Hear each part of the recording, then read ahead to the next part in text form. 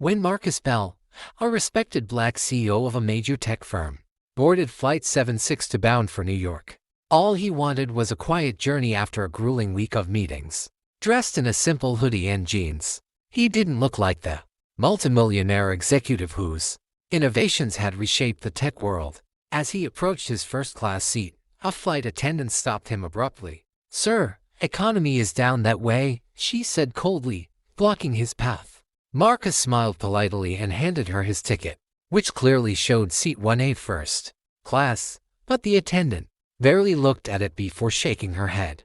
"This seat is reserved for our first-class passengers, not economy upgrades," she said with a smirk. Passengers nearby turned to stare, whispering as Marcus stood there, humiliated but calm. Just then, the pilot, Captain Reynolds, emerged from the cockpit, alerted by the commotion.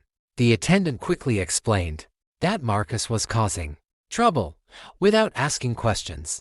The pilot looked Marcus up and down and said, "Sir, if you can't follow simple instructions, I'll have security escort you off." Marcus quietly took out his phone, recorded their exchange, and replied evenly, "That won't be necessary, but you might regret speaking to me like this." He then stepped aside and called his assistant. Within minutes, her voice echoed through the cabin speaker. The airline's operations manager had been contacted.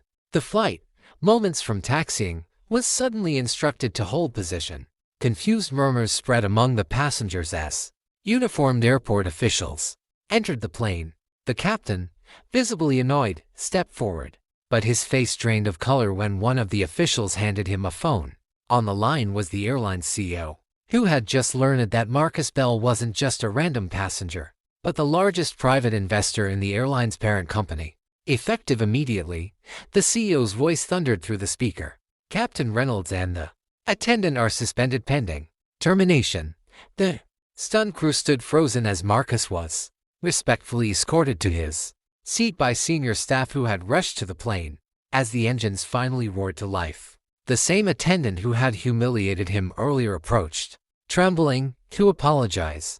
Marcus simply smiled.